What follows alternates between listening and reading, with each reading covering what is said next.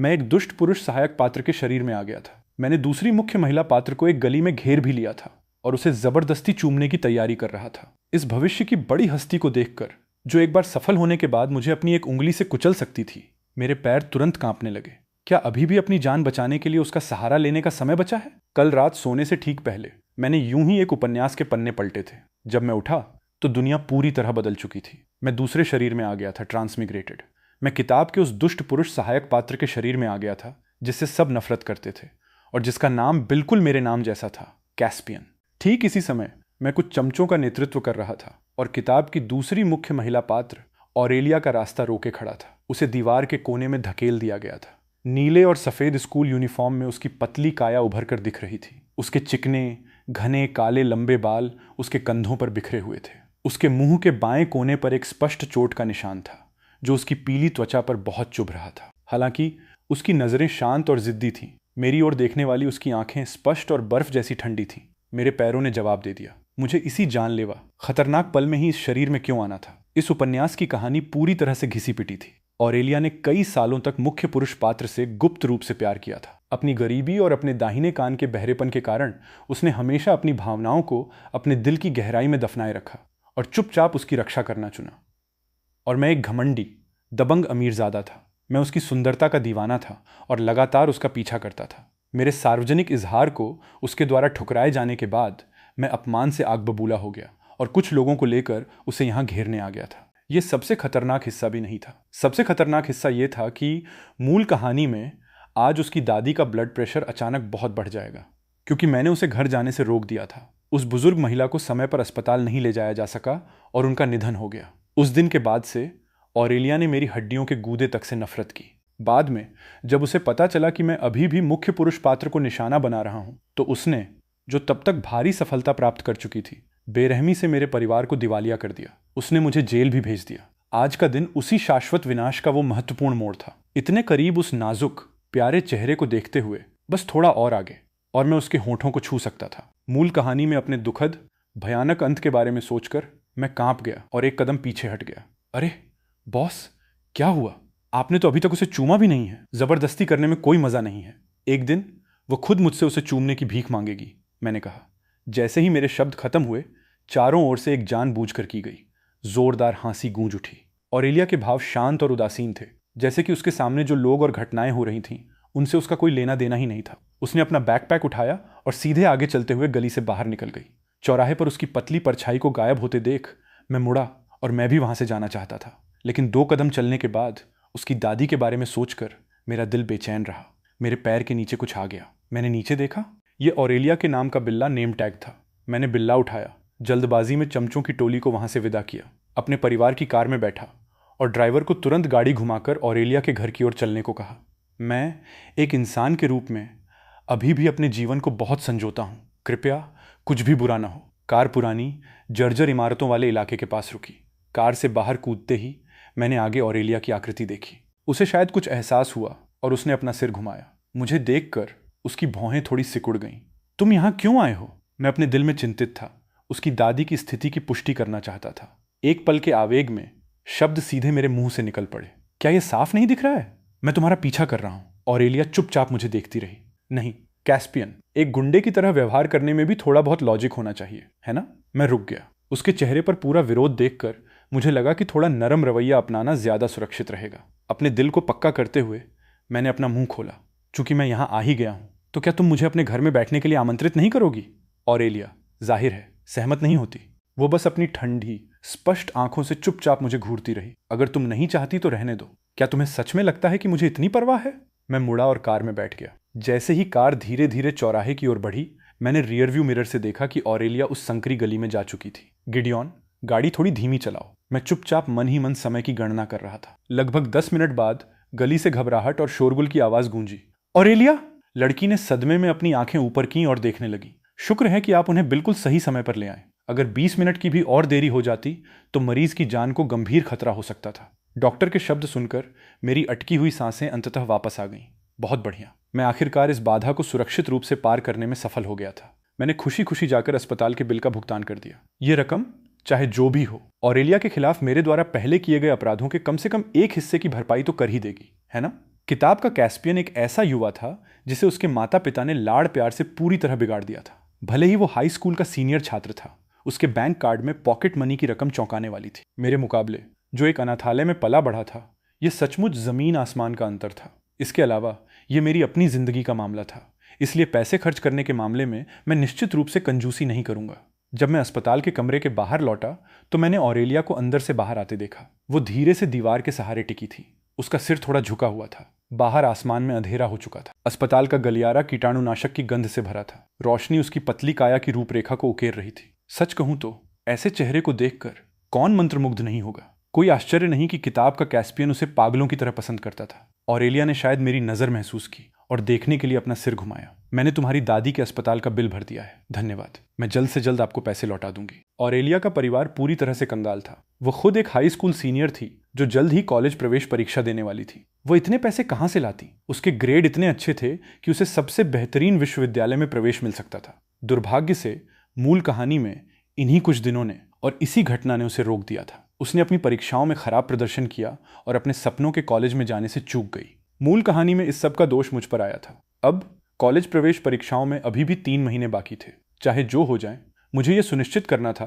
कि वो शांति से अपनी परीक्षाओं की तैयारी कर सके। लेकिन ऑरेलिया स्वभाव से जिद्दी थी। कौन जानता था कि पैसे चुकाने के लिए वो क्या कर बैठेगी। मैंने एक भौं उठाई। पैसे लौटाने की कोई जरूरत नहीं है, इसके बदले बस मेरी ट्यूटर बन जाओ। ऑरेलिया ने स्पष्ट रूप से मुझसे यह कहने की उम्मीद नहीं की थी। मैं उसे दोष नहीं दे सकता था। असली कैस्पियन ने शायद ही कभी अपनी किताबें खोली होंगी। अब से रोज मेरा होमवर्क करने में मेरी मदद करना। इसके अलावा हफ्ते में मुझे 3 ट्यूशन क्लास देना और हर क्लास कम से कम 1 घंटे की होनी चाहिए। क्या ख्याल है? कोई समस्या? बस 2 छोटे वाक्यों ने मेरे सभी छिपे हुए इरादों को पूरी तरह से उजागर कर दिया। जैसा कि उम्मीद थी, यह सुनकर ऑरेलिया ने बहुत हल्की सी त्योरी चढ़ाई। मैंने आग में घी डालने का मौका उठाया और मुस्कुराते हुए उसके करीब गया। वरना तुम खुद को मुझे सौंप सकती हो और मेरी गर्लफ्रेंड बन सकती हो। ऑरेलिया ने तुरंत 1 कदम पीछे लिया, हमारे बीच की दूरी को बढ़ा दिया। उसकी आंखों की गहराई में एक जानी पहचानी ठंडक चमक उठी। दोनों विकल्पों की तुलना करने पर उसे स्वाभाविक रूप से पता था कि किसे चुनना है। ठीक है, शुक्रवार से रविवार हर रात 9 बजे सेल्फ स्टडी रूम में।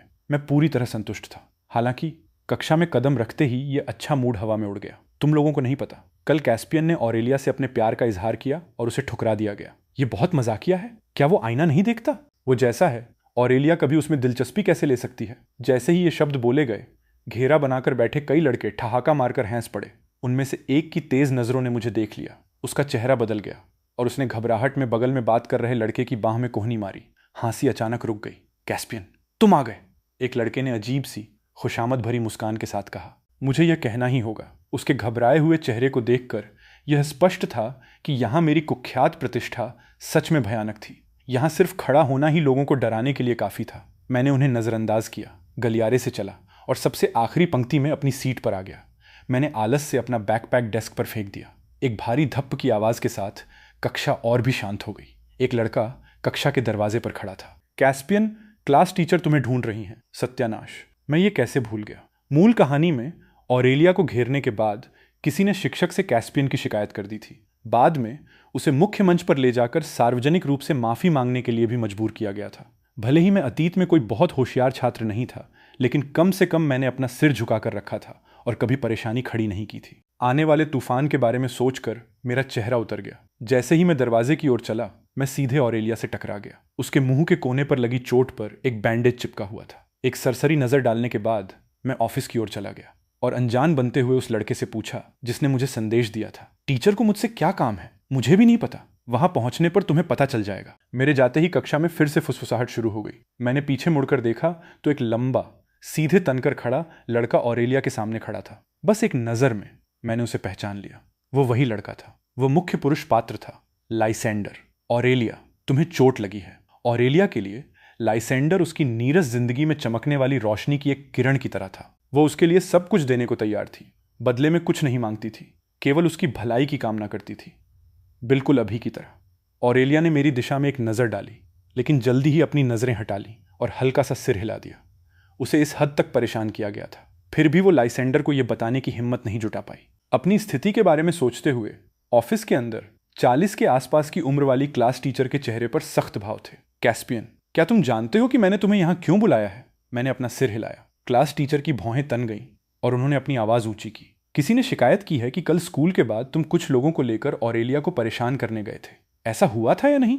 हालांकि यह सच था, मैं किसी भी कीमत पर इसे स्वीकार नहीं कर सकता था, चाहे आप मुझे पीट पीट कर मार डालें। नहीं, सच में नहीं, सच में नहीं। कैस्पियन, ऐसे समय में भी तुम बहाने बना रहे हो। जाहिर है उसने मुझे यहां पूछने के लिए नहीं, बल्कि सूचित करने के लिए बुलाया था। मैं जो कुछ भी कहूंगा उसके एक अक्षर पर भी वो विश्वास नहीं करेगी। सही भी है, दिन भर क्लास बंक करने वाले और परेशानी खड़ी करने वाले एक समस्याग्रस्त छात्र पर कौन विश्वास करेगा? कौन सा शिक्षक ऐसे छात्र की बातों पर विश्वास करेगा? अगले सोमवार को झंडारोहण समारोह के दौरान तुम मंच पर जाओगे और अपनी गलती स्वीकार करते हुए माफी मांगोगे। मिस हैरिंगटन, मैंने सच में ऐसा नहीं किया। अभी भी नहीं मानोगे, है ना? ठीक है, अगर तुम अपने लिए कोई गवाह ढूंढ लाओ जो तुम्हारे हक में बोले तो मैं तुम्हारी बात मान लूंगी। मेरे मन चले चमचों की टोली को ऑफिस में खड़े होकर मेरे लिए गवाही देते हुए देखने के दृश्य की कल्पना करके मेरी आंखों के आगे अंधेरा छा गया। इस बार मुझे डर था कि मैं इससे बच नहीं पाऊंगा। मेरी बेगुनाही साबित करने में कोई भी मेरी मदद नहीं कर सकता था। खटखट, दरवाजा खटखटाने की आवाज गूंजी। उसके बाद एक स्पष्ट सौम्य आवाज आई, मिस हैरिंगटन। मैंने हैरानी से अपना सिर घुमाया। ये ऑरेलिया थी। मैं इनके लिए गवाही दे सकती हूँ, चाहे आप मुझे पीट पीट कर मार डालें। लेकिन मैंने कभी भी ये उम्मीद नहीं की थी कि ऐसे नाजुक पल में मेरे लिए खड़ी होने वाली और मेरी मदद करने वाली ऑरेलिया होगी। लेकिन ये सुनकर क्लास टीचर की त्योरी और भी गहरी हो गई। ऑरेलिया बेटा, अगर कोई तुम्हें धमका रहा है तो डरो मत। स्कूल और शिक्षक तुम्हारे साथ हैं। मुझे किसी ने नहीं धमकाया। तो फिर कुछ छात्रों ने ऐसा क्यों कहा कि उन्होंने कल स्कूल के बाद तुम दोनों को एक साथ देखा था? ऑरेलिया एक पल के लिए रुकी। ऐसा इसलिए है क्योंकि मुझे अपनी पढ़ाई से जुड़े कुछ सवालों में दिक्कत थी और मैं उनसे पूछना चाहती थी कि क्या वो मुझे ट्यूशन देने के लिए कुछ समय निकाल सकते हैं। क्लास टीचर की आंखें फटी की फटी रह गईं। क्या क्या? उन्होंने मेरी ओर देखा, पूरी तरह शक से भरी हुई। सच कहूं तो इसे सुनकर कोई भी शिक्षक यही सोचेगा कि उसने कोई भूत देख लिया है। लेकिन ऑरेलिया ने मेरे सामने एक सीढ़ी रख दी थी। इस पर कदम न रखना बहुत बड़ी बेवकूफ़ी होती। जी हाँ, मेरे माता पिता हाल ही में तलाक लेने के बारे में बहस कर रहे हैं। मैं सोच रहा था कि अगर मेरे ग्रेड बेहतर हो जाएं तो शायद वे खुश हो जाएं और शायद वे तलाक न लें। मुझे माफ़ करना मेरे सस्ते माता पिता, जिनसे मैं आज तक मिला भी नहीं हूँ। असलियत में मेरे पिता एक नए नए अमीर बने व्यक्ति थे, जिन्होंने बाद में मेरी माँ से सिर्फ इसलिए शादी की क्योंकि वो बहुत सुंदर थी। हालांकि मुझे जन्म देते समय मेरी माँ को बहुत अधिक खून बहने की समस्या हुई और वो लगभग मर ही गई थी। इसलिए उन बूढ़े दंपति के पास, उनके पास केवल मैं, यही एक व्यक्ति बचा है। उनके पास केवल मैं, यही एक व्यक्ति बचा है। उन्होंने मुझे अपने इकलौते बेटे को सिर पर चढ़ा रखा था। क्लास टीचर के भाव जटिल थे। काफी देर बाद उन्होंने कहा, सहपाठियों की मदद करना अच्छी बात है, लेकिन कॉलेज प्रवेश परीक्षाएं नजदीक आ रही हैं। अपनी पढ़ाई में देरी मत करना। मुझे गुस्सा नहीं आया। वैसे भी मेरे ग्रेड को देखते हुए अब देरी करने की कोई गुंजाइश बची ही नहीं थी। ऑफिस से बाहर निकलते हुए मैंने एक लंबी सांस छोड़ी। बॉस, कैसा रहा? क्लास टीचर ने आपके लिए कोई मुश्किल तो खड़ी नहीं की? मैंने ध्यान से देखा और उसे कल के अपने एक चमचे के रूप में पहचान लिया। जब उसने मेरे बगल में ऑरेलिया को देखा तो वो तुरंत सतर्क हो गया और मेरे और ऑरेलिया के बीच आ खड़ा हुआ। क्या तुमने ही चुगली की थी? तुमने जानबूझकर ऐसा किया? तुम बॉस को नुकसान पहुंचाना चाहती हो? ऑरेलिया के भाव ठंडे थे। बिना एक भी शब्द कहे वो सीधे उसके पास से गुजर गई। तुम कॉर्बिन, बकवास मत करो। ये देखकर कि ये लड़का कोई परेशानी खड़ी करने वाला है, मैंने जल्दी से उसे पकड़ लिया। तुम उस बड़ी हस्ती का अपमान कर रहे हो जो भविष्य में अपनी उंगलियों के एक इशारे से मुझे कुचल सकती है। कॉर्बिन आधा संदेह में था, लेकिन मुझे ऐसा कहते देख उसने बात को आगे नहीं बढ़ाया। उसने अपना सिर खुजाया और मुस्कुराते हुए बियर का एक केन पकड़ा दिया। बॉस, आपकी पसंदीदा। मैंने सीधे मना करते हुए अपना हाथ हिलाया। बॉस, आज रात के लिए एक पूल हॉल बुक किया है, चलेंगे? चलें? मैं झिझका। सच कहूं तो मैं बिल्कुल नहीं जाना चाहता था, क्योंकि मैं असली कैस्पियन नहीं था। लेकिन रातों रात बहुत ज्यादा बदल जाना निश्चित रूप से संदेह पैदा करेगा। ऑरेलिया ने अचानक अपना सिर घुमाया और हमारी दिशा में देखा। मेरे दिमाग में एक जबरदस्त आइडिया आया। कहाँ चलें? मुझे आज रात एक जरूरी काम है। क्या जरूरी काम? इवनिंग सेल्फ स्टडी, शाम की पढ़ाई में शामिल होना। ऐसा नहीं हो सकता बॉस, आप तो रेगुलर क्लास में भी नहीं जाते। आप इवनिंग सेल्फ स्टडी में जाकर क्या करेंगे? तुम क्या जानो, सेल्फ स्टडी तुम लोगों से कहीं ज्यादा जरूरी है। ये ऑरेलिया की चापलूसी करने का मेरा सुनहरा मौका था। जो भी मुझे रोकने की कोशिश करेगा मैं उससे लड़ूंगा। ऑरेलिया ने अपनी नजरें हटा ली। ऐसा लग रहा था जैसे उसने सुना हो, फिर भी उसे कोई परवाह न हो। मैं जल्दी से उसके पीछे भागा। ऑरेलिया, आज शुक्रवार है, हमारी बात हुई थी कि तुम मुझे पढ़ाओगी, भूलना मत। ऑरेलिया कुछ नहीं बोली, ये याद करते हुए कि वो अपने दाहिने कान से बहरी थी। मैं थोड़ा और करीब झुका। क्या तुमने सुना? तुम अपनी बात से मुकर नहीं सकती। ऑरेलिया ने अंततः हल्का सा सिर हिलाया। ऑरेलिया और मेरे एक साथ कक्षा में लौटने के बाद पूरे दिन कक्षा का माहौल अजीब रहा। छात्र मुझे देखते, फिर ऑरेलिया को देखते। उनके चेहरों पर उत्सुकता और जांच पड़ताल की रुचि साफ दिखाई दे रही थी। मैं उदासीनता से अपनी सीट पर लौट आया। वैसे भी मैं एक बड़ी मुसीबत से बच गया था और मुझे मंच पर जाकर माफी नहीं मांगनी पड़ी थी। बाकी चीजों की किसे परवाह है। जैसे ही मैं बैठा, सामने वाली सीट पर बैठे लड़के ने मुड़कर चिंता से भरे चेहरे के साथ पूछा, क्लास टीचर तुम्हें क्यों ढूंढ रही थी? उन्होंने तुम्हें डांटा तो नहीं? मैंने उसकी ओर देखा और धीरे से एक भौं उठाई।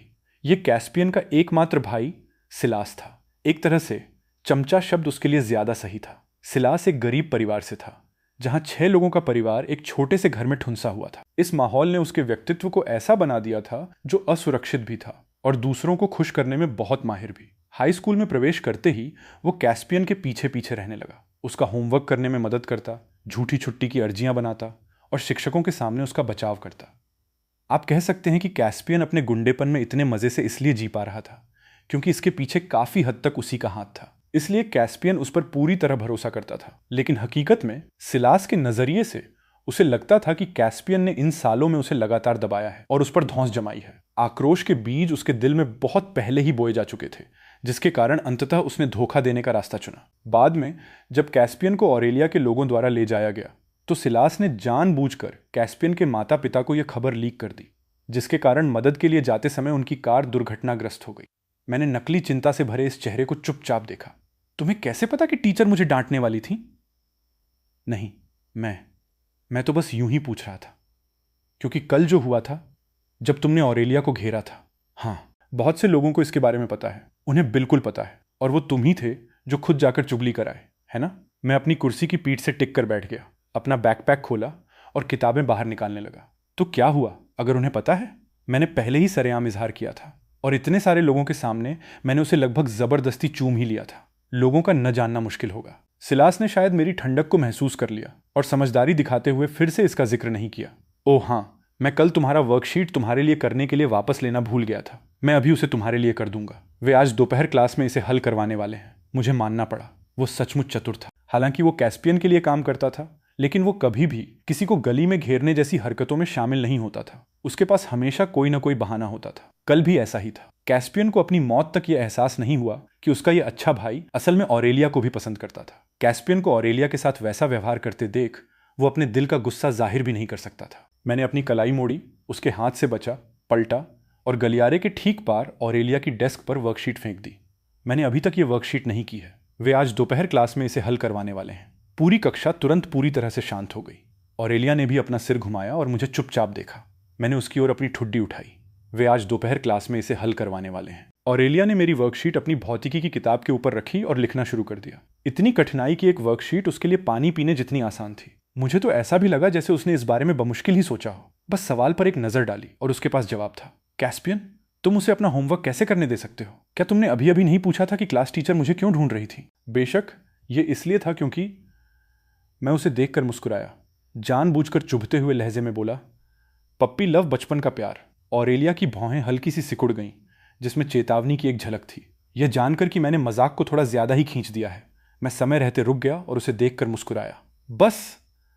बस क्लासमेट्स, बस मजाक कर रहा था। वैसे भी कल की घटना के बाद मुझे पता था कि ऑरेलिया इस तरह की सस्ती जुबानी बयानबाजी को लेकर मेरे खिलाफ मन में कोई बैर नहीं रखेगी। आंखों वाला कोई भी इंसान यह देख सकता था कि ऑरेलिया और मेरे बीच पप्पी लव होना बिल्कुल असंभव था। इससे उसकी प्रतिष्ठा भी स्पष्ट हो गई और साथ ही साथ सिलास पर एक तंज भी कसा गया। एक तीर से दो निशाने। मेरी तिरछी नजर से मुझे दिखा कि सिलास ने जैसे चैन की सांस ली, लेकिन उसका चेहरा अभी भी बहुत अच्छा नहीं लग रहा था। वो चुपचाप शब्दावली याद करने के लिए वापस मुड़ गया। मैंने भी अपनी पाठ्यपुस्तक निकाली, अविश्वसनीय रूप से एकदम नए पन्नों को देखा और अपने मन में खुद के लिए गहरी सांस ली। इस दुनिया में आने से पहले मैं पहले से ही कॉलेज के दूसरे वर्ष का छात्र था। किसने सोचा होगा कि बस अपने डॉर्म में लेटकर एक उपन्यास पढ़ने भर से मैं जागने पर कॉलेज प्रवेश परीक्षा दोबारा देने की स्थिति में आ जाऊंगा। भगवान जानता है कि मैंने अपना सारा हाई स्कूल का ज्ञान बहुत पहले ही अपने शिक्षकों को वापस कर दिया था। कोई भी इसे पूरी तरह से दयनीय स्थिति क्यों नहीं कहेगा। पूरे दिन की क्लास के बाद मैं थक कर चूर हो गया था और अपनी डेस्क पर सपाट पसरा हुआ था। किसी ने खिड़की खटखटाई। बॉस, मैंने एक आंख खोली और देखा कि कॉर्बिन कुछ चमचों को लेकर बाहर खड़ा था। बॉस, चलो खेलने चलते हैं, सेल्फ स्टडी बहुत बोरिंग है। ओह, तो वे मुझे आमंत्रित करने के लिए एक समूह के रूप में आए थे। अगर ये असली कैस्पियन होता तो वो रोमांचित हो जाता। अफसोस कि मैं वो नहीं था। वो कैंडी कहाँ है जो मैंने तुम्हें लाने के लिए कही थी? ओह हाँ, ये यहीं है। कॉर्बिन ने अपना माथा पीटा और एक बैग पकड़ा दिया। इस लड़के ने 2 बॉक्स भी खरीद लिए थे। अगले ही पल बैग के अंदर के सामान को देखकर मैंने कहा, मैंने तुम्हें कैंडी खरीदने के लिए कहा था, तुम्हें सिगरेट खरीदने के लिए किसने कहा? नहीं बॉस, क्या ये आपका पसंदीदा ब्रांड नहीं है? कॉर्बिन चकराया हुआ दिखा। ऐसा लग रहा था कि यह छवि सच में 1 या 2 दिन में नहीं बदली जा सकती। मैंने एक गहरी सांस ली। मुझे अब ये पसंद नहीं है, समझे? तो बॉस आप रुकिए, मैं अभी जाकर आपके लिए इसे बदलवा लाता हूँ। 10 मिनट बाद मेरे डेस्क पर हार्ड फ्रूट कैंडीज का एक डिब्बा रखा गया। ठीक है, तुम लोग जाओ, 9 बज गए हैं। मुझे अभी भी कैंडी खरीदने जाना है, मुझे अभी भी कैंडी खरीदने जाना है, मुझे अभी भी सेल्फ स्टडी रूम में जाना है, मैंने कहा, अपना बैकपैक पकड़ा और बाहर चला गया। सेल्फ स्टडी रूम हमारी अकादमिक इमारत की पहली मंजिल पर था, जिसे विशेष रूप से हाई स्कूल सीनियर्स के लिए निर्धारित किया गया था। वे कदम दर कदम मेरे ठीक पीछे चलते रहे और अंततः सेल्फ स्टडी रूम के दरवाजे पर विस्मय में रुक गए। हे भगवान, बॉस आप सच में, बेशक ये सच है। ओह हाँ, तुम्हें अब मेरे लिए सिगरेट लाने की ज़रूरत नहीं है, मुझे अब कैंडी खानी चाहिए। बॉस आपको कौन सा सदमा लगा है? मैंने एक कैंडी का रैपर खोला, उसे अपने मुंह में उछाला और बड़बड़ाया, ऑरेलिया को यह पसंद नहीं है, समझे? कई लोग तुरंत जोरदार हूटिंग करने लगे। मुझे कहना होगा, ऑरेलिया सच में एक बहुउद्देशीय ढाल थी। हर कोई जानता था कि कैस्पियन उसे पसंद करता है, इसलिए उसकी खातिर थोड़ा बदलाव करना पूरी तरह से सामान्य था, है ना? आखिरकार उन्हें विदा करने के बाद मैंने सेल्फ स्टडी रूम में कदम रखा और पाया कि ऑरेलिया वास्तव में पहले ही पहुंच चुकी थी। मेरा दिल उछल पड़ा। क्या उसने वो बकवास सुन ली जो मैं बाहर बक रहा था? ऑरेलिया ने अपना सिर उठाया। उसका पीला और नाजुक चेहरा पूरी तरह शांत लग रहा था, जैसे उसने अभी अभी मुझ पर ध्यान दिया हो। ओह, मैंने अपने दिल को तसल्ली दी, पास गया और उसकी बाईं ओर बैठ गया। ऑरेलिया, मैंने सरलता से पूछा, हमें कहाँ से शुरू करना चाहिए? तो चलो, टीचर ने आज दोपहर क्लास में यह समझाया था, लेकिन उन्होंने इसे तुम्हारे जितना अच्छे से बिल्कुल भी नहीं समझाया। दरअसल इसका मुख्य कारण यह था कि यह वर्कशीट थोड़ी कठिन थी। असली कैस्पियन के लिए इसे सिर्फ एक बार सुनकर समझना असंभव था। ऑरेलिया से इसे दोबारा पढ़वाने से बाद में चीजों को समझाना आसान हो जाता। ऑरेलिया एक पल के लिए शांत रही। ऐसा लग रहा था कि उसे मेरे बात करने के तरीके की आदत हो गई है और वो अब हर शब्द पर नुक्ताचीनी नहीं कर रही थी। तो आइए इस बहुविकल्पीय मैकेनिक्स प्रश्न से शुरू करते हैं। जरूर। ये देखकर कि वो सहायक रेखाएं खींचने वाली है, मैं अनजाने में उसकी तरफ थोड़ा और झुक गया। ऑरेलिया की हरकतें अचानक रुक गईं। क्या हुआ? मैंने उसकी ओर मुड़कर देखा। ऑरेलिया के होंठ थोड़े से खुले और उसने अचानक पूरी तरह से असंबद्ध प्रश्न पूछा, तुम जो कैंडी खा रहे हो उसका स्वाद कैसा है? लीची। क्या तुम एक चखना चाहती हो? ऑरेलिया की पलकें थोड़ी फड़फड़ाईं। उसका शरीर अगोचर रूप से एक तरफ खिसक गया, जिससे हमारे बीच थोड़ी दूरी बन गई। जरूरत नहीं है। जैसा कि मुझे उम्मीद थी, ऑरेलिया और मेरे एक साथ इवनिंग सेल्फ स्टडी में जाने के बाद स्कूल में हमारे पप्पी लव के रिश्ते में होने की अफवाहें नहीं उड़ी। उन्होंने जिस बात की गपशप की वो ये थी कि मैं ऑरेलिया का दीवाना सिम बन गया था और उसकी खातिर पागलों की तरह पढ़ाई करने लगा था। मैं पूरी तरह से हार मान चुका था। पीई क्लास शारीरिक शिक्षा के दौरान मैं स्टैंड में बैठा था। दुख से भरा चेहरा। मैं स्टैंड में बैठकर 45 डिग्री के कोण पर अपना सिर झुकाए आसमान को निहार रहा था। भूल जाओ, उन्हें गपशप करने दो। एक बड़ी हस्ती का दीवाना बनना हमेशा उसका जानी दुश्मन बनने से बेहतर होता है। खैर, मुझे अभी वो भी नहीं कहा जा सकता था, ये देखते हुए कि भविष्य की ऑरेलिया के सामने मैं अविश्वसनीय रूप से कमजोर था। कैस्पियन, तुम ऑरेलिया का पीछा करने के लिए इतनी मेहनत कर रहे हो, लेकिन उसने कोई जवाब नहीं दिया है। मुझे लगता है शायद तुम्हें इसे भूल जाना चाहिए। सिलास मेरे बगल में बैठा था और सावधानी से बोल रहा था, मुझे लगता है कि वो शायद लाइसेंडर को पसंद करती है। ऐसा है क्या? मैंने भी अभी इसके बारे में सुना है। उसने कल थैचर से पूछा था कि किसी लड़के के लिए क्या उपहार तैयार करना अच्छा रहेगा। लगता है लाइसेंडर का जन्मदिन जल्द ही आने वाला है। मैं पूरी तरह बोर होकर कुर्सी की पीठ से टिक गया। शायद पसंद करती है का क्या मतलब है? वो किसे पसंद करती है? क्या मुझे नहीं पता होगा? लाइसेंडर को सेलो बजाना पसंद था, इसलिए ऑरेलिया ने व्यक्तिगत रूप से लकड़ी का एक सेलो आभूषण हाथ से तराशा था। उसके जन्मदिन पर उसने चुपके से इसे उसकी डेस्क के अंदर रख दिया था, लेकिन लाइसेंडर को कभी पता नहीं चला कि वो ऑरेलिया ही थी जिसने उसे यह दिया था। वरना वो दूसरी मुख्य महिला पात्र क्यों होती? इस तरह एक गुप्त क्रश पालना वो कभी भी मुख्य महिला पात्र से मुकाबला कैसे कर सकती थी? कैस्पियन, तुम नाराज नहीं हो? मुझे किस बात पर नाराज होना चाहिए? सिलास एक पल के लिए निशब्द रह गया। बॉस, बैडमिंटन खेलना है?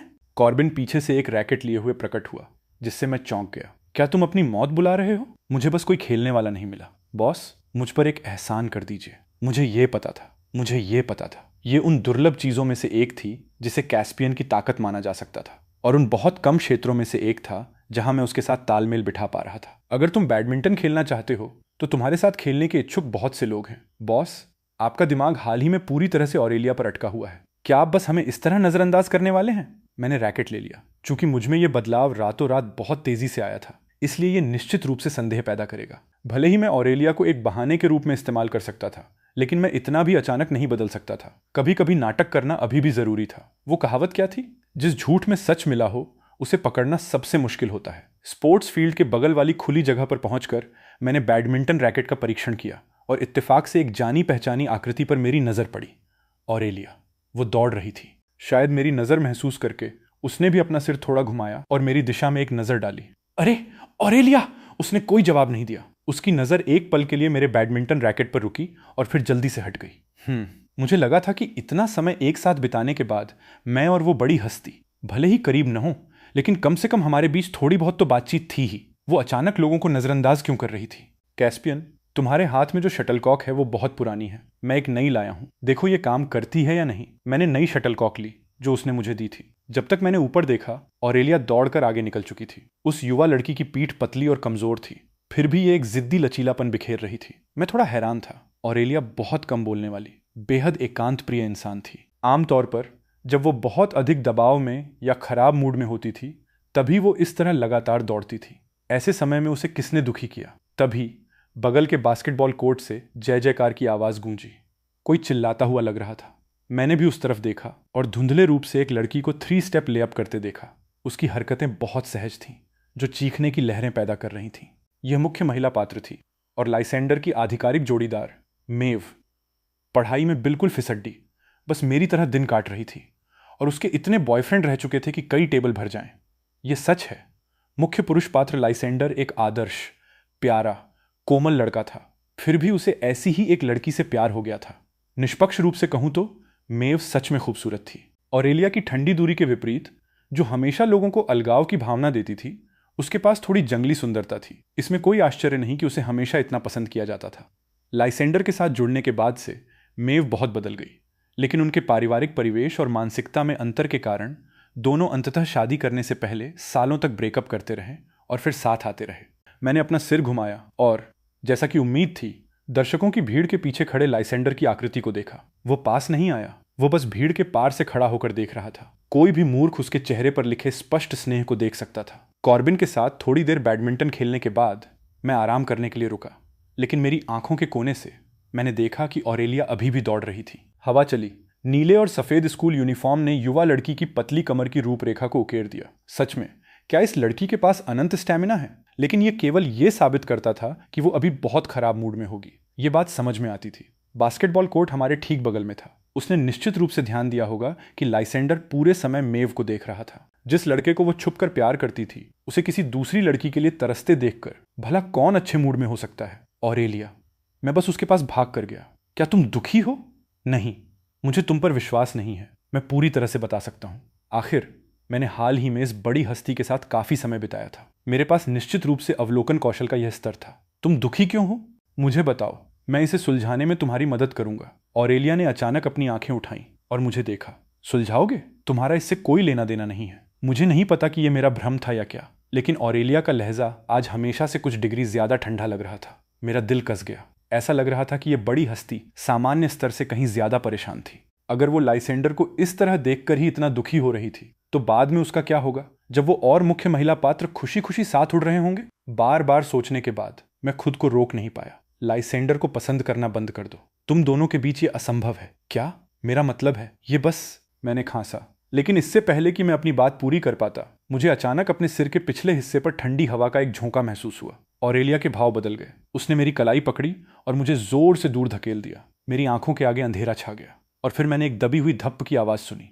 शोर और चीख पुकार की आवाजें तुरंत अफरा तफरी में गूंज उठी। पास ही जमीन पर लुढ़कती हुई सॉकर बॉल फुटबॉल को देखकर मुझे आखिरकार समझ आया कि क्या हुआ था। अभी वो गेंद सीधे मेरी तरफ उड़ती हुई आ रही थी। ऑरेलिया ने मेरे लिए उसे रोक लिया था। स्कूल की डिस्पेंसरी के बाहर मैंने लंबे समय तक इंतजार किया, तब जाकर डॉक्टर अंदर से बाहर आए। ऑरेलिया कैसी है? क्या ये गंभीर है? वो गेंद बहुत तेजी से आ रही थी। गनीमत है कि उसने तुम्हें बचाने के लिए अपनी पीठ का इस्तेमाल किया, वरना अभी तुम अस्पताल में होते। चिंता मत करो, उसे कुछ चोटें आई हैं, लेकिन ये गंभीर नहीं है। कुछ दिनों तक रक्त संचार बढ़ाने और चोट ठीक करने वाला मलहम लगाने से यह ठीक हो जाएगा। मेरी अटकी हुई सांसें अंततः नीचे आईं, लेकिन मैं अभी भी पूरी तरह से निश्चिंत नहीं हो सका। अगर इस बड़ी हस्ती को कुछ हो जाता तो मैं इसकी कीमत नहीं चुका पाता। मैं उसे देख कर आता हूं। यह कहकर डॉक्टर की सहमति का इंतजार किए बिना मैंने बस पर्दा हटाया और अंदर चला गया। ऑरेलिया, तुम कैसी? मेरी आवाज़ अचानक रुक गई। ऑरेलिया वास्तव में अपने कपड़े पहन रही थी। उसके सुंदर कंधे की हड्डी के पास चोट का एक निशान चमक रहा था। आवाज़ सुनकर ऑरेलिया की हरकतें जम गईं। एक छोटी तीखी हाँफने की आवाज़ के साथ मुझे लात मारकर बाहर निकाल दिया गया। मैं कुछ देर तक बाहर एक स्तब्धता में खड़ा रहा, जब तक कि ऑरेलिया ने अंततः दरवाज़ा नहीं खोला और बाहर नहीं आई। उसने खुद शांति तोड़ने की पहल की। मैं ठीक हूँ, उसकी ठंडी स्पष्ट आवाज़ ने मेरी तार्किकता वापस ला दी। होश में आने पर मेरा दिमाग पूरी तरह खाली था। कैस्पियन, आखिर तुमने ये क्या कर दिया?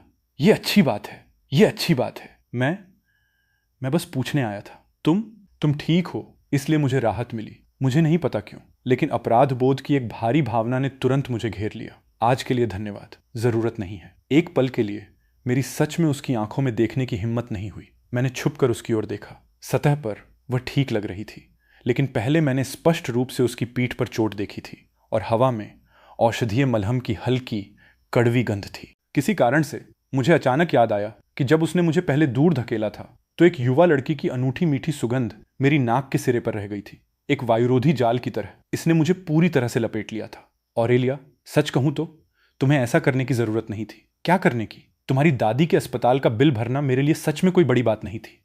तुम्हें इस तरह एहसान चुकाने की जरूरत नहीं है। अपने किशोरावस्था के वर्षों में ऑरेलिया के पास खुद के अलावा कुछ नहीं था। अगर यह बात न होती तो उसे कर्ज चुकाने के लिए इस तरीके का इस्तेमाल करने की जरूरत नहीं पड़ती, उस व्यक्ति की मदद करने के लिए जिससे वो कभी सबसे ज्यादा नफरत करती थी। ऑरेलिया काफी देर तक चुप रही, इतनी देर तक कि मुझे लगने लगा कि कहीं मैंने कुछ गलत तो नहीं कह दिया।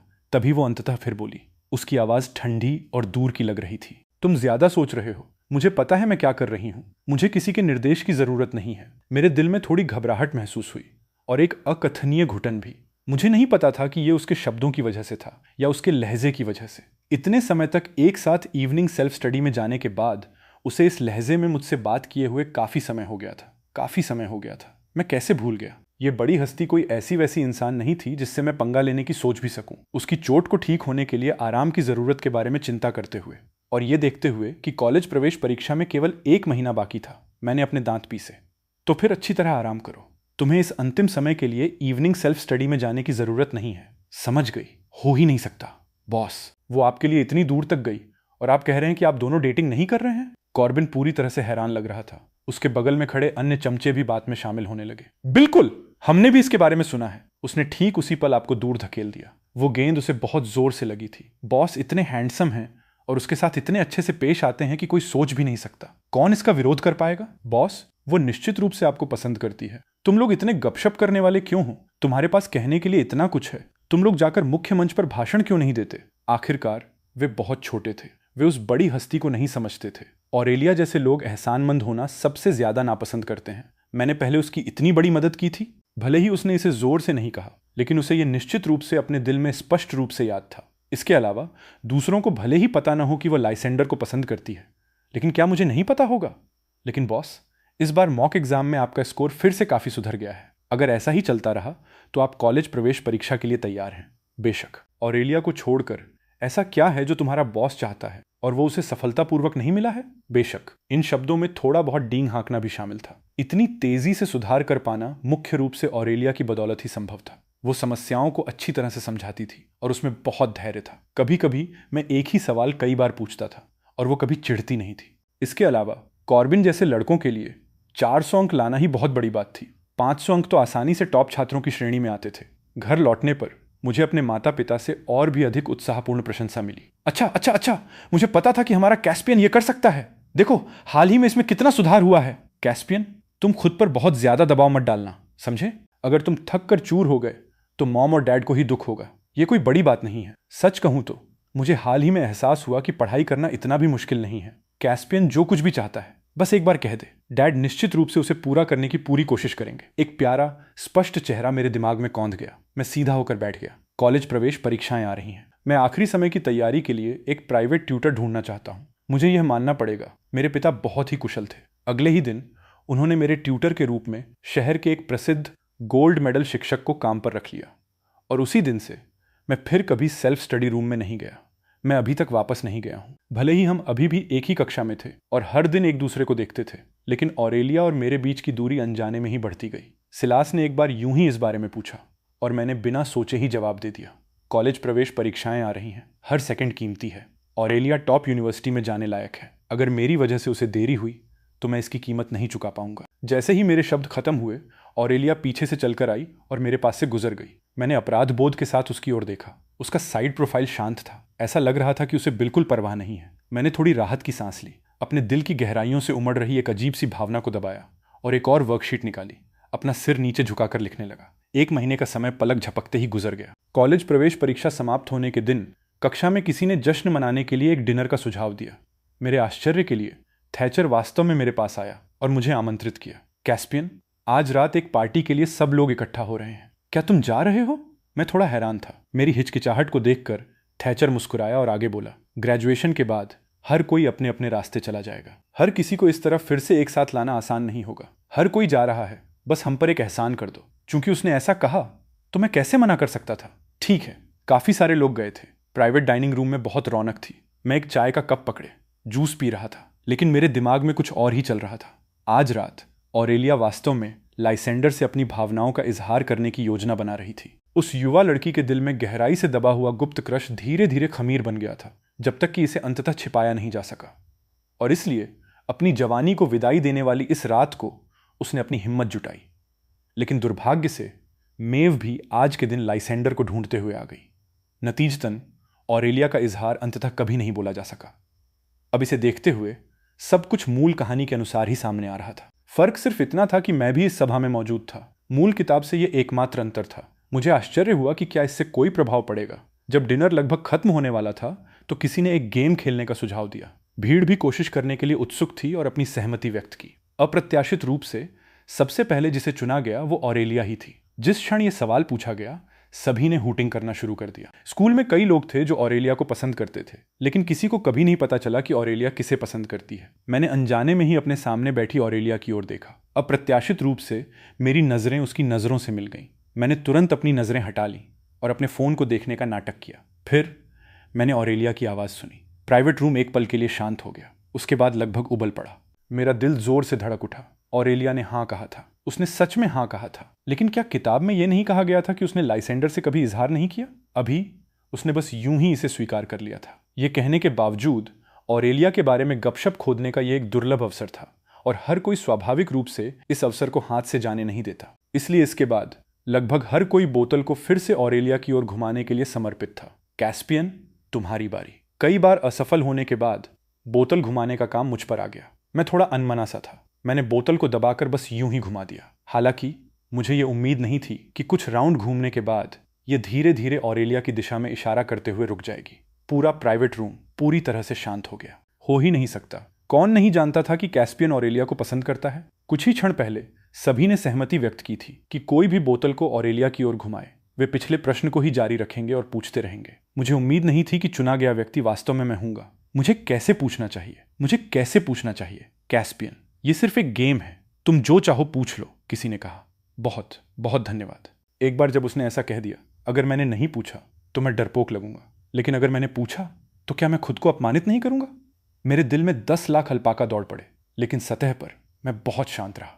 आलस से अपनी कुर्सी की पीठ पर टिकते हुए मैंने कहा, जरूर, तो मैं पूछूंगा। ऑरेलिया, मैं तुमसे पूछ रहा हूं, क्या तुम जिसे पसंद करती हो वो व्यक्ति अभी यहां मौजूद है? मैं अपने दिमाग में खुद को थम्स अप दिए बिना नहीं रह सका। जरा सुनो इसे कहते हैं सवाल पूछना। इस कमरे में 1 दर्जन से अधिक लोग बैठे थे, आधे लड़के और आधी लड़कियां। ऑरेलिया चाहे जैसे भी जवाब दे, वह गलत नहीं हो सकता था। वैसे भी जब तक वो जोर से लाइसेंडर का नाम नहीं लेती, कोई भी सीधे ये पता नहीं लगा सकता था कि वो किसे पसंद करती है। सभी ने मुझसे ये पूछने की उम्मीद नहीं की थी। हालांकि 3 सेकंड बाद वे होश में आए और सामूहिक रूप से उत्साहित हो गए। उन्होंने गपशप के रोमांच के साथ ऑरेलिया को देखा। मैंने ध्यान दिया कि मेरे बगल में बैठे सिलास ने भी अनजाने में अपने कप पर अपनी पकड़ मजबूत कर ली थी। स्पष्ट रूप से घबराहट के साथ जवाब का इंतजार कर रहा था। पूरे कमरे में शायद सबसे शांत इंसान मैं ही था। आखिर मैं ही था जो सही जवाब जानता था। ओह, वास्तव में एक और व्यक्ति था जो बाकी लोगों से अलग व्यवहार कर रहा था, लाइसेंडर। वो समय समय पर अपना फोन देख रहा था। उसका ज्यादातर ध्यान उसी पर टिका था। वो मेव का इंतजार कर रहा था। मैंने अपने दिल में चुपचाप गहरी सांस ली। दूसरी मुख्य महिला पात्र की नियति बहुत पहले ही लिखी जा चुकी थी। लाइसेंडर ऑरेलिया का नहीं हो सकता था। उसकी भावनाएं अंततः सिर्फ एक रहस्य बनकर रहने के लिए तय थीं, जिसने कभी दिन का उजाला नहीं देखा। थोड़ी देर के सन्नाटे के बाद कमरा जय जयकार से गूंज उठा। मेरा दिल मचल उठा और मैंने उसकी ओर देखा, लेकिन पाया कि वो लाइसेंडर को देख रही थी। उसकी गहरी आंखें शांत और एकाग्र थीं। मैं स्पष्ट रूप से नहीं बता सकता था कि मैं इस क्षण क्या महसूस कर रहा था। भले ही मुझे पहले से ही जवाब पता था, लेकिन एक सेकंड के लिए मुझे अजीब तरह से अपनी छाती में घुटन महसूस हुई। ये इंसान इतनी जिद्दी क्यों थी? मैंने उसे पहले ही चेतावनी दी थी कि वो लाइसेंडर को पसंद न करे, फिर भी उसने। मेरा फोन वाइब्रेट हुआ। मैंने नीचे देखा, यह कॉर्बिन का संदेश था। वे जानते थे कि मैं आज रात क्लास डिनर के लिए गया था, इसलिए उन्होंने कहा कि वे बाद में मेरे साथ इकट्ठा होंगे। माफ करना, मेरे दोस्त अभी भी मेरा इंतजार कर रहे हैं। मुझे निकलना होगा। आज रात का खाना मेरी तरफ से है। सभी लोग संकोच मत करना। यह कहने के बाद मैंने ऑरेलिया की ओर दोबारा नहीं देखा। मैं उठा और प्राइवेट रूम से बाहर निकल गया। कॉर्बिन और उसके दोस्तों ने एक बारबेक्यू स्टैंड चुना था। मैंने पिछले डिनर में ज्यादा कुछ नहीं खाया था। मैंने सोचा था कि यहां आने के बाद मैं छक कर खाऊंगा, लेकिन अप्रत्याशित रूप से मुझे अभी भी ज्यादा भूख नहीं थी। मैंने एक के बाद एक अनानास बियर की 3 बोतलें पी ली। अरे बॉस, परीक्षाओं के बाद मौज मस्ती करने के लिए आज का दिन बहुत बढ़िया है। आप दुखी क्यों दिख रहे हैं? मैंने उसकी ओर देखा। उसके लिए यह मुश्किल होगा, मुट्ठी भर मटन के सीख कबाब पकड़े हुए, इतनी खुशी से खाते हुए, फिर भी मेरे बारे में फिक्र करने का समय निकाल पाना। ओह यार, हमारे ग्रुप में बॉस ही इकलौते ऐसे इंसान हैं जो वास्तव में एक उचित परीक्षार्थी के रूप में योग्य हैं। पिछले कुछ महीनों में बॉस ने सुबह से लेकर रात तक पढ़ाई की है। उनका वजन कम हो गया है। तुम लोगों की तरह नहीं, हर एक का वजन 10 पाउंड बढ़ गया है। और तुम अभी भी ठूस रहे हो। ये बॉस के लिए है, मुझे परवाह नहीं है। तुम क्या बकवास कर रहे हो? ये कुछ नहीं है। शायद ये इसलिए है क्योंकि परीक्षाएं खत्म हो गई हैं और अचानक खाली समय मिलने से मुझे थोड़ा खालीपन महसूस हो रहा है। बॉस, हम लोग पूल खेलने क्यों नहीं चलते? आपने बहुत समय से नहीं खेला है। चलो आज खेलते हैं। मुझे सच में पूल खेलना नहीं आता था, लेकिन मैं सच में चिढ़ा हुआ भी था। ठीक है। मैं कॉर्बिन और अन्य लोगों के पीछे पीछे उस पूल हॉल में गया जहां हम अक्सर जाते थे। जैसे ही हम अंदर गए, मैं बस सोफे पर पसर गया। बॉस, आप नहीं खेल रहे हैं? सुनहरे रंगे बालों वाला एक जोशीला युवा लड़का चल कर आया। वो इस जगह का मालिक था और कैस्पियन के साथ उसके अच्छे संबंध थे। क्या हुआ?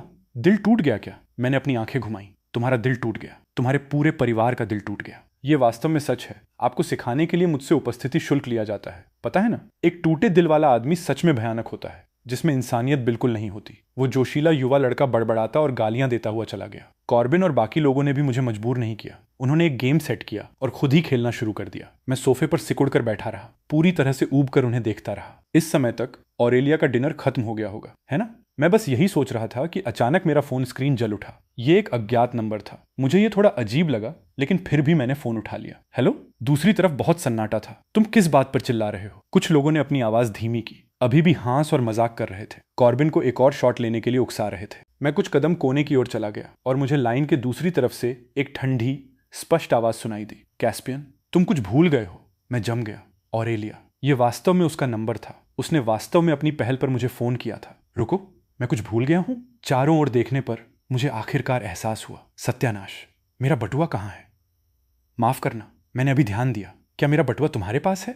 तुम कहाँ हो? मैं अभी इसे लेने आता हूँ। अभी भी उसी रेस्टोरेंट में हूँ। मैं तुम्हारा यहीं इंतजार करूंगी। हे भगवान, ऐसा लगा जैसे मेरे कान ही सुन्न हो गए हों। मैंने जल्दी से कॉर्बिन और दोस्तों को समझाया। उनमें से कई लोग मेरे साथ जाने के लिए शोर मचाने लगे। जरूरत नहीं है, बस कुछ सामान उठाना है। और फिर बहुत रात हो चुकी है। इसके बाद मैं सीधा घर जाऊंगा। तुम लोग खेलते रहो। मैंने रेस्टोरेंट तक जाने के लिए टैक्सी ली। दूर से ही मैंने चौराहे पर खड़ी एक पतली सी आकृति देखी। ये ऑरेलिया थी। शायद उसे एहसास हुआ और उसने अपना सिर घुमाया। रात के आसमान के नीचे बहती नियॉन रोशनियां युवा लड़की के नाजुक चेहरे पर चमक रही थीं, जो एक गर्म रोशनी की परत डाल रही थीं। उसकी गहरी काली आंखों के विपरीत झिलमिलाती रोशनी उसके चेहरे पर बह रही थी। मेरा दिल जैसे एक धड़कन चूक गया। मैंने एक हल्की सांस ली, कार से बाहर निकला और उसकी ओर चला गया। इसके लिए माफ करना, इतनी रात को तुम्हें परेशान किया। क्या तुमने बहुत देर तक इंतजार किया? नहीं, यहां भी बस अभी खत्म हुआ है। मैंने उसके वाक्य में भी शब्द पर ध्यान नहीं दिया। खत्म हुआ सुनकर मेरे दिमाग में सबसे पहला विचार आया, ये खत्म हो गया है। तो मेरे जाने के बाद क्या हुआ? क्या उसने लाइसेंडर से इजहार किया? लेकिन स्पष्ट रूप से यह कुछ ऐसा नहीं था जो मुझे पूछना चाहिए था। इसलिए मैंने समझदारी दिखाते हुए उसे देखकर मुस्कुरा दिया। धन्यवाद। अगर तुम नहीं होती तो यह बटुआ शायद सच में खो जाता। उसने बटुआ सौंप दिया। मेरी उंगलियां गलती से उसकी उंगलियों से टकरा गईं। हालांकि यह पहले से ही झुलसाने वाली गर्मियों की शुरुआत थी, फिर भी उसका हाथ ठंडा महसूस हो रहा था। मैंने जल्दी से अपना हाथ पीछे खींच लिया। धन्यवाद। कोई बात नहीं। तुमने शराब पी है? बस थोड़ी सी। ऑरेलिया फिर नहीं बोली। काम हो गया था। तार्किक रूप से यह अलविदा कहने का समय था। मैं 3 सेकंड तक चुप रहा और फिर मैंने उसे पुकारा। ऑरेलिया, मुझे लगता है कि मैं सीधा नहीं चल पा रहा हूं। क्या तुम मुझे चौराहे तक छोड़ सकती हो? यहाँ की सड़क संकरी है, मेरे परिवार के ड्राइवर को गाड़ी अंदर लाने में परेशानी हो सकती है। ठीक है। मुझे नहीं पता कि मुझ में यह हिम्मत कहाँ से आई। मैं अचानक आधा कदम आगे बढ़ा। मुझे भी अब अपने अंदर कोई ताकत नहीं बची लग रही है। कैसा रहेगा अगर तुम मुझे सहारा देने के लिए अपना कंधा उधार दे दो? ये कुछ ऐसा था जो असली कैस्पियन कहता। सही है। मैंने चुपचाप अपने दिमाग में खुद को आश्वस्त किया। ऑरेलिया आधा कदम पीछे हट गई। निराशा की एक क्षणिक लहर मेरे दिल में दौड़ गई, लेकिन इसे जल्दी ही मेरे दिमाग के पिछले हिस्से में धकेल दिया गया। चलो चलें। रात की हवा में अभी भी एक बची हुई गर्मी थी। हालांकि ऐसा लग रहा था कि हवा मेरे चेहरे जितनी भी गर्म नहीं थी। मुझे नहीं पता कि बात इस हद तक कैसे पहुंच गई। ऑरेलिया वास्तव में मेरे इस अविश्वसनीय रूप से अनुचित अनुरोध के लिए सहमत हो गई थी। उस युवा लड़की के मुलायम काले बालों को देखकर स्कूल यूनिफॉर्म के पतले कपड़े के माध्यम से संचारित होने वाली एक युवा लड़की की अनूठी मीठी गर्मी को महसूस करते हुए मेरा दिल लगभग पूरी तरह से बेकाबू हो गया था। वह सच में बहुत दुबली थी। मुझे आश्चर्य हुआ कि क्या उसे अपने कंधे पर रखी मेरी बांह बहुत भारी लग रही थी। समय जैसे असीम रूप से खिंचता हुआ प्रतीत हो रहा था, पिघलती हुई चॉकलेट की तरह जो लंबे समय तक रहने वाले धागे खींच रही हो, किसी व्यक्ति को धीरे से उलझा रही हो। लेकिन पलक झपकते ही चौराहा हमारे ठीक सामने था। आगे कारों के हॉर्न की आवाज पहले से ही सुनी जा सकती थी। मैंने अपना सिर थोड़ा घुमाया और खुद को और करीब झुकने से नहीं रोक सका। ऑरेलिया, मुझे क्या करना चाहिए? मुझे लगता है कि उस रात के बाद मैंने ऑरेलिया को फिर कभी नहीं देखा। उस रात की हर चीज हमेशा के लिए सील किया गया एक रहस्य बन गई लगती थी, जब तक कॉलेज प्रवेश परीक्षा के परिणाम घोषित नहीं हो गए। ऑरेलिया 701 के स्कोर के साथ शहर की विज्ञान टॉपर साइंस की टॉपर बन गई। पब्लिसिटी की भारी लहर में उसका नाम हर जगह था। मेरा लंबे समय से अटका हुआ दिल अंततः सुरक्षित रूप से शांत हो गया। इस बार ऑरेलिया का भविष्य मेरी वजह से बर्बाद नहीं हुआ था। सब कुछ अंततः मेरी उम्मीदों के अनुसार सुचारू रूप से आगे बढ़ा था। लेकिन मुझे अपने दिल में वैसी खुशी क्यों महसूस नहीं हुई जैसी मैंने कल्पना की थी। बार बार सोचने के बाद मैंने एक आखिरी बार देखने के लिए ऑरेलिया के घर जाने का फैसला किया। परीक्षा के परिणाम आ चुके थे। जब तक उसकी दादी स्वस्थ और सुरक्षित हैं, यह बाधा पूरी तरह से पार हो जाएगी। वो और कैस्पियन वैसे भी एक ही रास्ते पर चलने वाले लोग नहीं थे। आज के बाद वे पूरी तरह से अलग जीवन की ओर बढ़ेंगे। मैं इसे अंतिम विदाई के रूप में मानूंगा। जब तक मैं ऑरेलिया के घर के पास पहुंचा, तब तक शाम हो चुकी थी। अप्रत्याशित रूप से जैसे ही मैं गली के मुहाने पर पहुंचा, मैंने देखा कि कई लोग ऑरेलिया को घेर रहे हैं। ऑरेलिया, किसने सोचा होगा कि तुम अपनी परीक्षाओं में इतना अच्छा करोगी? बिल्कुल बिल्कुल, हमारे परिवार के पूर्वज हम पर मुस्कुरा रहे होंगे। मैंने हमेशा कहा था कि यह लड़की कुछ बनेगी। उसे देखो, वो अब टॉपर है। ऑरेलिया बेटा, तुमने इस बार बहुत अच्छा किया। तुम्हें बहुत सारी स्कॉलरशिप की रकम मिली होगी, है ना? देखो, तुम्हारे बड़े चचेरे भाई की जल्द ही शादी होने वाली है और परिवार के पास पैसे की कमी है। तुम हमें पहले कुछ पैसे उधार क्यों नहीं दे देती? चिंता मत करो, इसे हमारी तरफ से एक ऋण समझो। जब हमारे पास पैसे होंगे तो हम निश्चित रूप से इसे चुका देंगे। ये सुनकर मुझे अंततः इन लोगों की पहचान समझ में आ गई। ऑरेलिया के माता पिता की मृत्यु बहुत पहले हो गई थी और उसके सभी रिश्तेदारों ने उसे बोझ की तरह माना था और बहुत पहले ही उससे संपर्क तोड़ लिया था। मूल किताब में केवल 2 वाक्यों में इस हिस्से का जिक्र किया गया था, जिसमें कहा गया था कि ऑरेलिया के कॉलेज जाने के बाद उसने अपना खुद का व्यवसाय शुरू किया और अपनी पहली बड़ी कमाई की। तभी इन रिश्तेदारों ने उसे फिर से निशाना बनाया और बहुत परेशानी खड़ी की। लेकिन एक बिजनेस टाइकून बनने के उसके रास्ते में कुछ बाधाओं के अलावा ये कुछ भी नहीं था, जिसे हल्के में टाल दिया गया था। हालांकि इस क्षण तक मुझे वास्तव में यह एहसास नहीं हुआ था कि किशोर ऑरेलिया के लिए हर अपमान और दर्द कितना वास्तविक था। उसका जीवन कभी भी एक सुगम यात्रा नहीं रहा था। ऑरेलिया की पीठ मेरी तरफ थी, इसलिए मैं उसके भाव नहीं देख सकता था। मेरे पास पैसे नहीं हैं। उन लोगों के चेहरे तुरंत बदल गए। तुम कहती हो तुम्हारे पास पैसे नहीं हैं, इस पर कौन विश्वास करेगा? ऑरेलिया, चाहे जो भी हो, हमने तुम्हें बड़ा होते देखा है। अब जब तुम सफल हो गई हो तो तुम लोगों को पहचानने से इनकार नहीं कर सकती। तुम इतनी बेरहम नहीं हो सकती। ऑरेलिया ने उन्हें नजरअंदाज किया और सीधे आगे चलते हुए वहां से जाने की कोशिश की। उनमें से एक 25 या 26 साल का दिखने वाला आदमी उसे जोर से धक्का दिया। ऐ लड़की, तुम किसे अपना एटीट्यूड दिखा रही हो? ऑरेलिया को इतनी जोर से धक्का दिया गया कि वो दीवार से जा टकराई। तुम क्या कर रहे हो? गली में मौजूद सभी लोगों ने एक साथ अपना सिर घुमाया। ऑरेलिया ने भी तेजी से अपना सिर घुमाया। उसकी आंखों में सदमे की एक झलक दिखाई दी। जिस आदमी ने ऑरेलिया को धक्का दिया था, उसने मुझे ऊपर से नीचे तक देखा, फिर ऑरेलिया को देखा। उसके चेहरे पर एक अजीब सी मुस्कान आ गई। ओहो, बुरा नहीं है लड़की, तुमने तो इस तरह के एक अमीर युवा मास्टर को भी फंसा लिया है। ऑरेलिया का चेहरा तुरंत बर्फीला हो गया। उनका मुझसे कोई लेना देना नहीं है। अगर तुम्हें कोई समस्या है तो मुझसे निपटो। तुम कहती हो कि उसका तुमसे कोई लेना देना नहीं है, और हम मान लें? उसकी कलाई पर जो घड़ी है उसकी कीमत लगभग 1 लाख है। तुम कहती हो कि तुम्हारे पास पैसे नहीं हैं। ठीक है, तो उसे तुम्हारे लिए पैसे चुकाने दो। हम्फ, तुम्हारी आंखें काफी तेज हैं। अफसोस कि तुम कानूनी तौर पर अंधे हो। क्या तुम जानते हो कि जबरन वसूली और ब्लैकमेल के लिए तुम्हें कितने साल की सजा हो सकती है? उस समूह के भाव तुरंत बेहद भद्दे हो गए। वो आदमी सीधे मुझ पर झपटा। मैंने तुम्हें इज्जत दी थी, है ना? तुम छोटे हम्फ। एक ठंडे चेहरे के साथ मैंने सीधे उसके पेट पर एक जोरदार लात मारी। मुझे भी उम्मीद नहीं थी कि इस दुनिया में आने के बाद मैं पहली बार जिस लड़ाई में पड़ूंगा वो इन परिस्थितियों में होगी। मैं एक ऐसा व्यक्ति हूं जिसे परेशानी खड़ी करना पसंद नहीं है। लेकिन मैं इससे डरता भी नहीं हूं। उन कुछ लोगों ने शुरू में जवाबी हमला करने की कोशिश की, लेकिन अंततः उनके चेहरे पर चोटें आईं और वे सूज गए। मैंने उनके कराहने की आवाज को अनसुना कर दिया और ऑरेलिया को धक्का देने वाले उस आदमी को पकड़ लिया। मैं उसका सिर दीवार पर पटकने ही वाला था। लड़ना बंद करो, ऑरेलिया ने अचानक मुझे पुकारा। मैं रुक गया।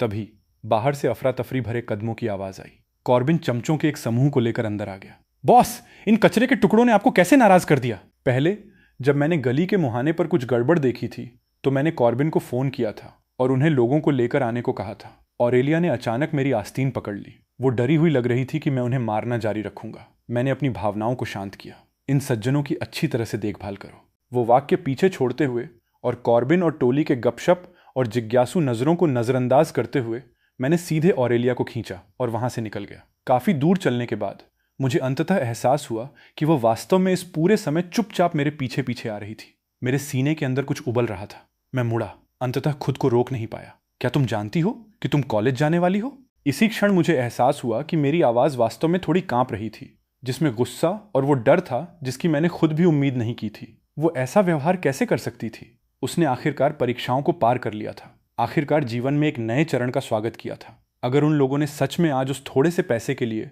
उसके साथ कुछ अपरिवर्तनीय कर दिया होता तो उसकी पूरी जिंदगी बर्बाद हो जाती। तुम्हें परवाह है क्या मैंने अपनी परीक्षाओं में अच्छा किया या नहीं? मैं कॉलेज जाती हूं या नहीं?